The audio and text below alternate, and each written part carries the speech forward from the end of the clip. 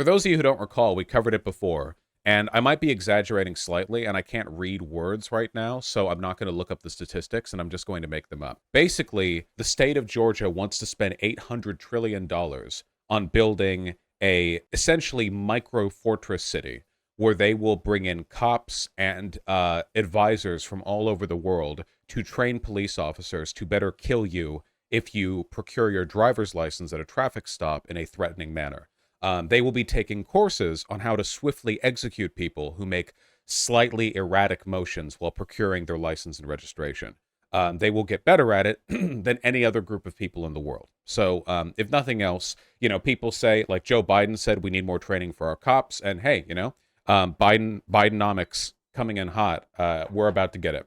Now, there are dedicated protesters who have been trying to stop the creation of this ludicrous, inhumane nightmare city. And a number of things have happened with regards to those protests. First of all, the cops shot a protester who goes by Turtle, if I remember correctly. That's obviously a nickname, but that's the nickname they went by. At first, the cops lied and said they fired because they were fired at. But as I recall, forensic analysis afterwards determined it was unbelievably unlikely that the cops did anything other than fire immediately at the protester who was unarmed. Also, a group of people who were trying to raise bail funds for protesters who were arrested were themselves arrested on charges. They went after people who were trying to raise money to post bail for arrested protesters. So basically, it's a nightmare over there, and life is a nightmare, and everything is getting worse all the time. Ever since Fulton County District Attorney Fani Willis brought a racketeering indictment against Donald Trump and his co-defendants, we've talked a lot about Georgia's particularly expansive version of that RICO law. It creates real legal peril for the ex-president and his co-conspirators, and it seems to be an appropriate tool to use against the transgression of their illegitimate and fundamentally unlawful project to overturn the election. The very breadth of that law can be a real double-edged sword, as people in Georgia, particularly defense attorneys, will be among the first to tell you. We got an example of that yesterday when the very same grand jury that indicted Donald Trump also indicted 61 community activists and others, many of whom were attempting to stop the construction of a new police training facility. Now, some of the people involved in that have been accused of specific crimes, like throwing Molotov cocktails at police, for example, or approaching officers with weapons in a threatening manner. But what this application of Georgia's RICO statute does is that it also rolls up a whole bunch of people who did things like get a $62 reimbursement for food and a $12 reimbursement for glue. That's right. These RICO laws were built to help go after institutions like the mob. Basically, when people are part of a broad criminal organization and it's really difficult to get specific crimes from every specific individual, you can wrap up people together in a kind of broader conspiracy.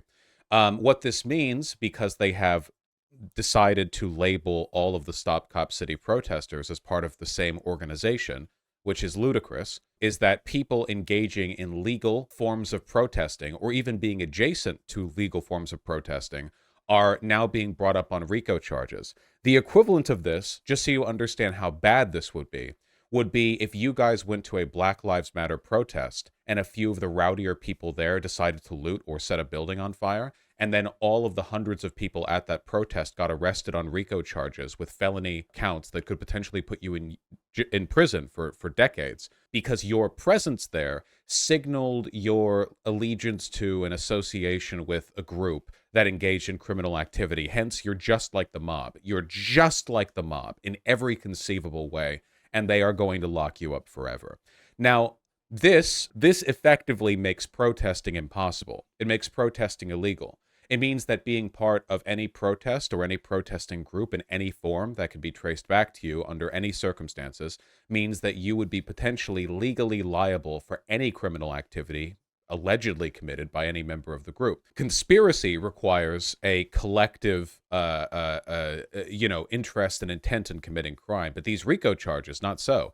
In this case, you just have to be there, man, or get a $12 reimbursement for glue.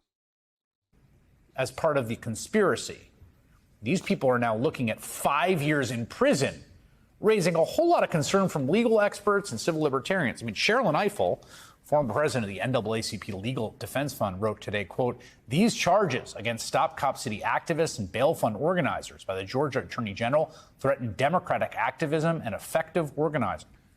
Okay, let's not like banty about this. Let's not pretend, okay? This is exactly the kind of shit that you would expect to see in a full-on authoritarian regime. This is full-on like authoritarian regime behavior. This is the kind of crackdown that you would expect under in historical texts, you know? Now, it's not as though the police and, you know, the feds haven't been historically bad to protesters. I'm not saying this is unprecedented, but this is a remarkable overreach, and you really got to wonder how badly they want Cop City built. You know, as we all know, because we're all good little leftists over here, you know, wealthy interests, the bourgeoisie, have a strong incentive to promote the development and legal power of the police, because the police are the sort of working arm of a set of laws and norms that protect property rights. This is why, and you know, this an understanding of this principle is sort of built into almost every story that we read about, say, like cyberpunk fiction or fantasy settings. You know, the idea that the cops protect wealthier parts of the neighborhood and don't really do much to actually prevent crime. This is like a pretty well-baked understanding. Well, what do the cops do? Well, the cops protect the wealthy. Do we know this? Yes. Is it true? Yeah, it is. You know, yeah, that's true. It's a lot more complicated than that, obviously. I think that the police actually serve more to suppress the poor than protect the wealthy. Protecting the wealthy, I feel, has more to do with the complicated set of sort of legal and investigative practices that can be used to insulate wealthy people both from the consequences of their own misconduct and from responsibility, you know, for other people's attacks against them. Whereas the cops mostly, I guess, squat in poor neighborhoods and shit on black people, which is exactly what they will be trained to do at Cop City. A lot of money is going into Cop City. You guys remember when we looked into the list of funders and it was like, oh, wow. It's like a lot of companies are putting money into this. Remember, it was like a lot of companies and a lot of like PACs just dumping money into this police training facility for some reason. Wacky stuff. Josie Duffy Rice is a lawyer and criminal justice reporter based in Atlanta. She's been very closely following this case, and she's the host of the podcast Unreformed, which is phenomenal, by the way. I knew she'd be a podcaster. Even with my inability to see right now, I could tell. She joins me now. Josie, first, I mean, the backstory here is there's been a long fight about this police training facility. Opponents call it Cop City. There's a battle right now to get a petition certified to have a citywide referendum, but sort of independent of the substance of that, right? There's been arrests of the folks, many of whom are anarchists, many of whom are avowed leftists and abolitionists who have occupied the forest and things like that. Okay, fine. People get arrested for direct action. What is different about this indictment? Well, this indictment is an ridiculously broad use of the RICO statute to punish protesters for illegal action. And in some ways, not even for real action, like you said, for buying glue, for getting food reimbursement. You know, there's a legal observer who was jailed while monitoring protests, right? Activists who ran a bail fund have been punished. This is basically just a way to explicitly silence protesters, deter them from using their First Amendment constitutional protections, and keep the fight against Cop City from really gaining more momentum as it has in Atlanta. Usually people, when they engage in direct action, they get arrested and then they get turned back out into the street, you know? Like, when people are protesting and the cops round up a bunch of them with arrests, it's pretty common for the cops to bring them back to the station and then go, don't let us catch you out there again, you see? And they turn you back onto the street. The reason being that the DA isn't going to press charges against you just for protesting, you know? The cops are just there to kind of like harass you or mess you up or deter you from being there. What makes this significant is the grand jury being complicit. The fact that these RICO charges are being brought out signals a willingness for not just cops, but also people bringing charges to stop direct action against Cop City. You know, it's a much more threatening level of retaliation, because getting arrested and then turned out in the street is, as it turns out, a lot less bad than getting arrested, charged on a RICO statute, and then facing 5 to 10 years in prison. That's actually worse than just going right out by a significant degree. In the past few months. So even on the technical part of the law here, I mean, it always seemed to me, one of the complaints of folks like Mark Meadows, like, oh, it's illegal to make phone calls now. It's like, well, these were, there are acts that people can take that are legal in a RICO charge, but everyone has to have committed at least one criminal act. But in these cases, like, the actual individual criminal acts didn't scan to me. Like, I guess for some reason the bail fund is, but it really seems like they are trying to get people to go to 5 years in prison for, like, contributing to a bail fund, which just seems facially not okay. That's right. I mean, like, the truth is that the RICO statute in Georgia is broader than the federal RICO statute. And the federal RICO statute was brought under Nixon. It is pretty broad, Chris. Like, it's not a... I feel like this is easily a constitutional issue. The idea of being arrested and charged and imprisoned on RICO charges for behavior like that, like, past a point, you're really running afoul of First Amendment protections. Like, there's no way you could argue fairly that your right to assemble is being protected when this is hanging over your head. Joke, right? And here in Georgia, like, you can be criminal, overt acts that would not be criminal on their own can suddenly become criminal under the Georgia RICO statute. You can be conspiring with people that you don't even know you're conspiring with, right? And it's basically just a tool to get people to plead guilty and testify against other people, so that you get 1 or 2 hits, as a prosecutor. It's a reminder that, when someone that we think is actually worth prosecuting is prosecuted under one of these statutes, they seem like a great tool of law enforcement. But in actuality, they're used as weapons against people who have a lot less power than Donald. It's also especially sickening that this was the same grand jury who approved the RICO charges against Donald Trump and his team, because the RICO charges against Donald Trump and his team are valid.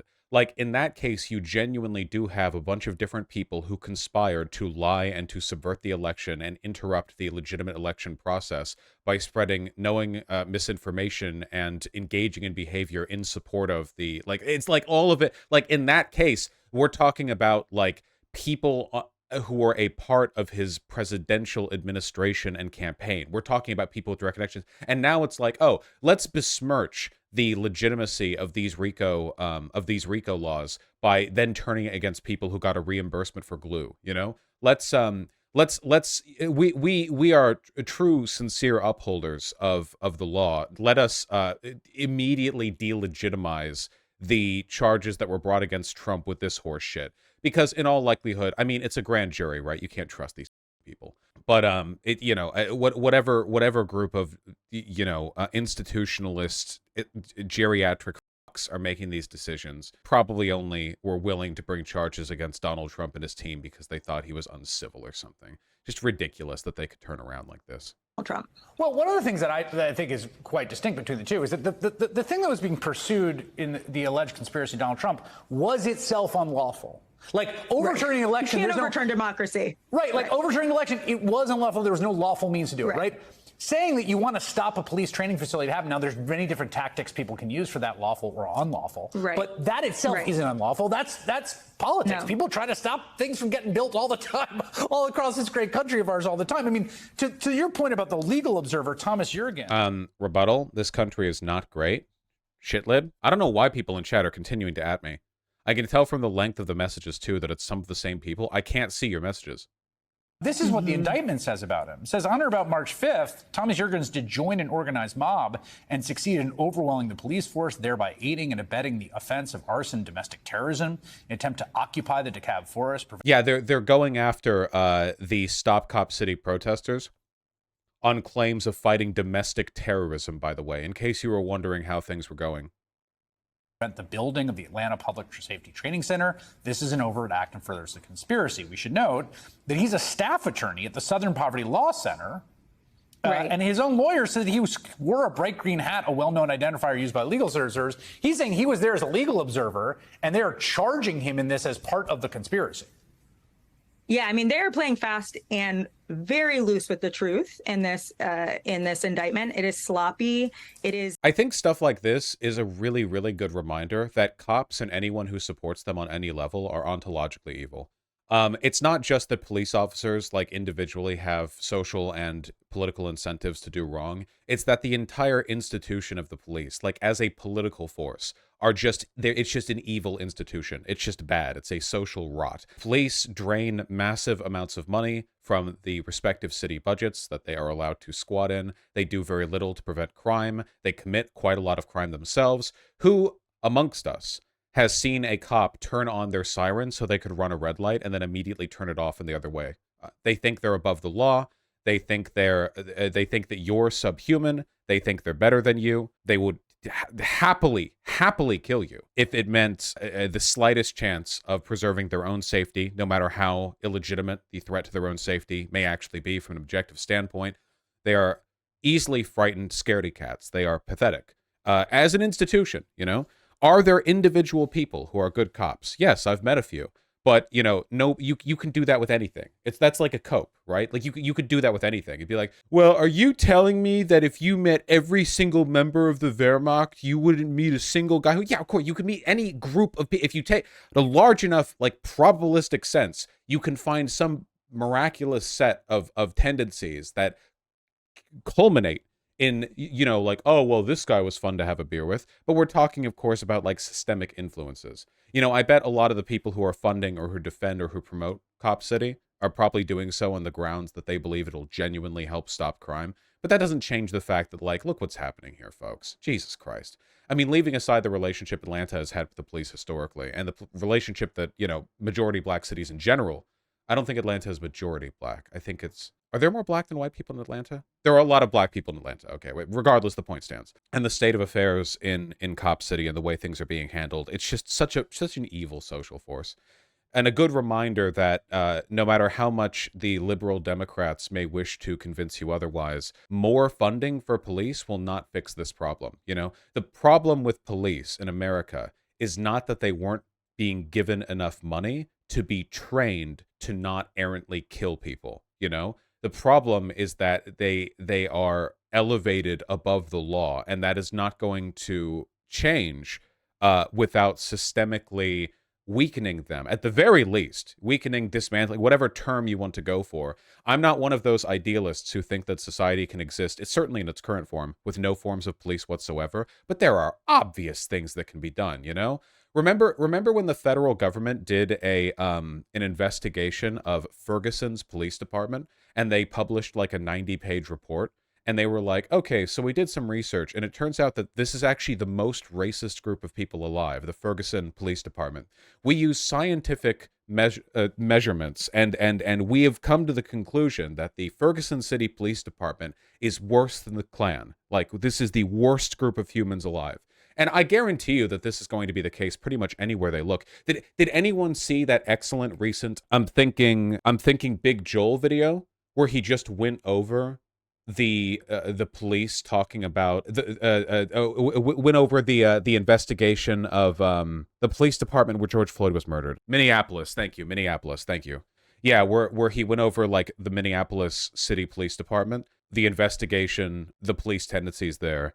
And it was just Big Joel talking about how, like, yeah, they did some investigation. It turns out all of them are evil. We've seen so much stuff like that, too, you know? I remember the one story that always sticks out in my mind. I don't remember if it was Atlanta. I don't remember where it was. But it was that story of there was, like, a realtor who wanted a apartment full of poor people cleared out so they could like demolish it and rebuild. So they told the cops, and the cops started selectively harassing and arresting people from who lived in that poor apartment building so that they would be kind of like either put in jail or forced to move. And once everyone was out of there, the realtor could like renovate or destroy it or something.